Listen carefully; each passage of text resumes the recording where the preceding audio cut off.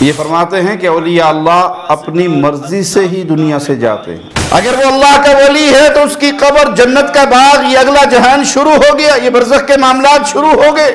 یہی پیر صاحب مزید فرماتے ہیں کہ پیر جیلانی، ہمارے بزرگ عبد القادر جیلانی، ان کا نام اگر کوئی بغیر وضو کے لے لیتا تو مر جاتا۔ بغیر وضو اللہ کا ذکر کیا جائے کوئی حرج نہیں، اللہ کے نبی صلی اللہ علیہ وسلم ہر حال میں اللہ کا ذکر کرتے۔ ہر لمحہ قرآن اور سنت کا ترجمان، فضیلت الشیخ توصیف الرحمن۔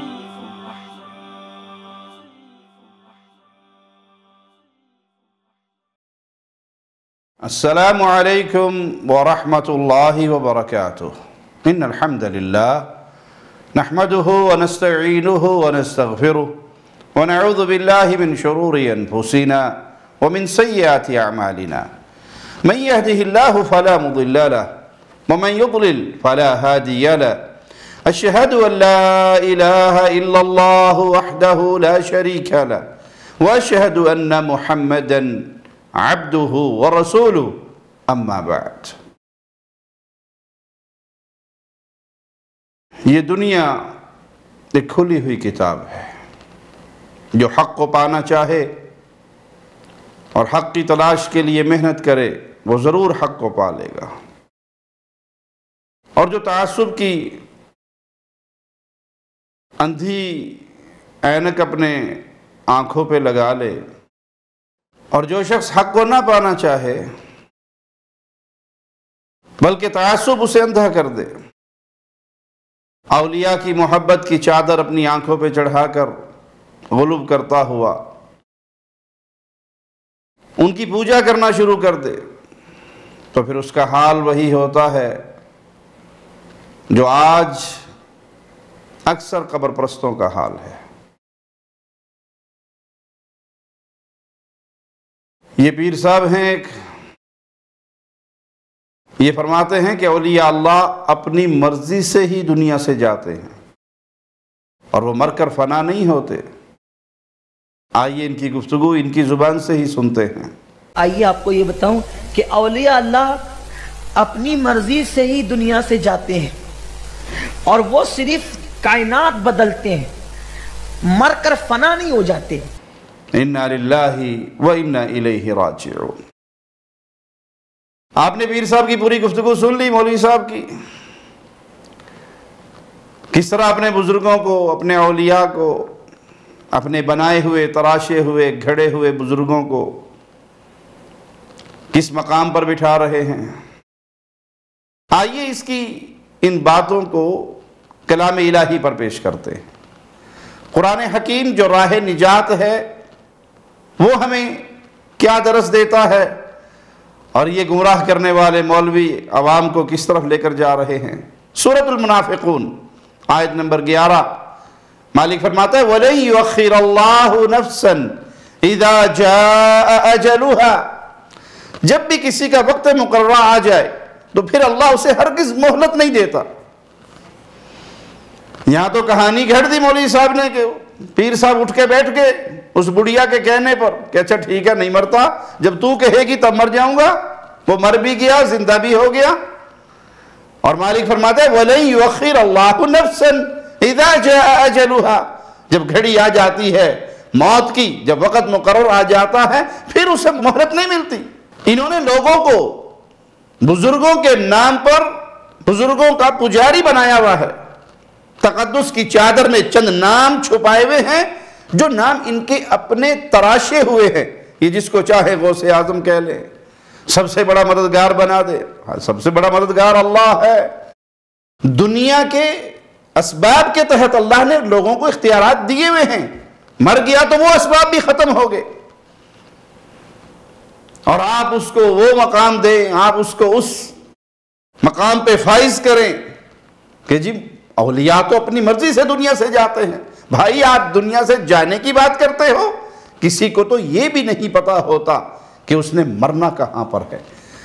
سورۃ لقمان آیت نمبر 34 سن لیجئے، وَمَا تَدْرِي نَفْسٌ بِأَيِّ أَرْضٍ تَمُوتُ، کسی کو یہ بھی معلوم نہیں کہ وہ کہاں مرے گا۔ یہ موت و حیات کا سارا نظام، یہ تو اللہ کے ہاتھ میں ہے، اللہ کا اختیار ہے۔ اللہ اپنے نبی کو اختیار دیتا ہے۔ نبی کریم صلی اللہ علیہ وسلم کے پاس فرشتہ آیا، اجازت مانگی، بل رفیق الاعلیٰ کا آپ نے جملہ کہا، اور آپ کا وہ اٹھا ہوا ہاتھ زمین کی طرف آ گیا، آپ فوت ہو گئے۔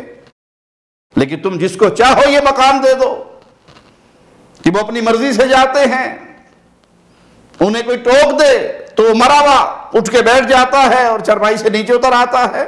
قرآن کہتا ہے وَمَا تَدْرِي نَفْسٌ بِأَيِّ أَرْضٍ تَمُوتُ، کسی کو یہ بھی نہیں پتا کہ وہ مرے گا کہاں، کس زمین پر اس کی موت آئے گی۔ سورۃ الاعراف آیت نمبر 34 سنیے، فَإِذَا جَاءَ أَجَلُهُمْ لَا يَسْتَأْخِرُونَ سَاعَةً وَلَا يَسْتَقْدِمُونَ، جس وقت ان کی میعاد معین آ جائے گی اس کے بعد پھر ایک لمحے کی تقدیم اور تاخیر نہیں ہو سکتی، ایک گھڑی کی بھی، ایک لمحے کی بھی کو مہلت نہیں ملنے والی۔ اپنے وقت سے نہ ایک لمحے پہلے مریں گے اور نہ وقت آنے کے بعد ایک لمحے کی انہیں تاخیر ہوگی، بلکہ یہ اللہ کی طرف سے مقرر وقت ہے، جس کا جب وقت آ جاتا ہے اس وقت پہ اس کو اٹھا لیا جاتا ہے۔ تم دعویٰ کرتے ہو لوگوں کو پیروں کی پوجا کی طرف بلاتے ہوئے کہ ہمارے پیر نہیں مرتے، یہ مر کے فنا نہیں ہوتے۔ بھائی جو اس دنیا سے گیا اس کا دنیا سے رشتہ ختم ہو گیا، اگر وہ اللہ کا ولی ہے تو اس کی قبر جنت کا باغ، یہ اگلا جہان شروع ہو گیا، یہ برزخ کے معاملات شروع ہو گئے، دنیا سے معاملہ ختم ہو گیا۔ یہ تو قرآن نے ہمیں درس دیا ہے کہ جو اس زمین پہ آیا ہے وہ فنا ہو کے رہے گا، کل من علیہا فان وَيَبْقَى وَجْهُ رَبِّكَ ذُو الْجَلَالِ وَالْإِكْرَامِ، اس زمین پہ جو کچھ ہے وہ سب فنا ہونے والا، سب ختم ہونے والا، سب مرنے والا ہے۔ ہاں اگر بقا ہے تو عرش والے اللہ کے لیے، اللہ کی مخلوق کو فنا ہے، انسانیت کو فنا ہے، جنات کو فنا ہے، انہوں نے ختم ہونا ہے، یہ جہاں چھوڑنا ہے، اگلے جہاں جانا ہے۔ یہ اور اس طرح کے یہ پیر فقیر، یہ جھوٹی کہانیاں، یہ قصے، یہ ڈھکوسلے کیوں سناتے ہیں؟ تاکہ لوگوں کو عقیدت کی چادر کے نیچے چھپا کر اپنی دکانداری کے ساتھ جوڑ کے رکھیں، چندے چلتے رہیں، عرس چلتے رہیں، پیٹ بھرتے رہیں، دنیا برباد کرنے کے لیے، آخرت تو ہوگی برباد۔ یہی پیر صاحب مزید فرماتے ہیں کہ پیر جیلانی، ہمارے بزرگ عبد القادر جیلانی، ان کا نام اگر کوئی بغیر وضو کے لے لیتا تو مر جاتا۔ سنیے حضرت کا کلپ۔ غوث پاک کا نام کوئی بے وضو لیتا تھا تو وہ مر جاتا تھا، بے وضو کا نام کوئی لے نہیں سکتا تھا۔ انا للہ و انا الیہ راجعون۔ کیا ثابت کرنا چاہتے ہیں آپ؟ کیا بتانا چاہتے ہیں؟ آئیے رسول اللہ صلی اللہ علیہ وسلم کی حدیث میں آپ کو سناتا ہوں، صحیح مسلم میں 373 نمبر روایت ہے، مومنوں کی ماں عائشہ صدیقہ سلام اللہ علیہا بیان فرماتی ہیں، کان النبی صلی اللہ علیہ وسلم یذکر اللہ علی کل احیانہ، اللہ کے نبی صلی اللہ علیہ وسلم اللہ کا ذکر ہر حال میں کرتے تھے۔ ارے بھائی آپ کہتے ہو کہ ہمارے پیر کا بغیر وضو کے کوئی نام لے لے تو مر جاتا ہے، اللہ کا نام کوئی بغیر وضو کے لے لے اس کے بارے میں کیا کہو گے؟ وضو نماز کے لیے شرط ہے، بغیر وضو اللہ کا ذکر کیا جائے کوئی حرج نہیں۔ اللہ کے نبی صلی اللہ علیہ وسلم ہر حال میں اللہ کا ذکر کرتے۔ پھر آگے مزید ان کی کہانی کہ رسول اللہ صلی اللہ علیہ وسلم نے پیر عبد القادر جیلانی سے کہا کہ جیلانی صاحب کیا کر رہے ہو، میری امت کا نقصان کر رہے ہو؟ تو اللہ کے نبی صلی اللہ علیہ وسلم کے سمجھانے پہ پھر جیلانی نے کہا کہ نہیں، اب نہیں مرے گا۔ لیکن رسول پاک نے فرمایا عبد القادر میری امت پہ رحم کرو، لوگ اس طرح سے نقصان اٹھائیں۔ کہا ٹھیک ہے کہ اب نہیں مرے گا، اگر ناپاکی میں اب بھی کوئی غوث پاک کا نام لے تو کم سے کم اس کا اتنا نقصان پہنچتا ہے کہ اس کا ایک بال ٹوٹ کر گر جاتا ہے۔ انا للہ و انا الیہ راجعون۔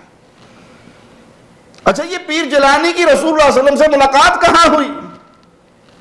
پھر کیا اس ملاقات کے بعد جیلانی صحابی بن گئے؟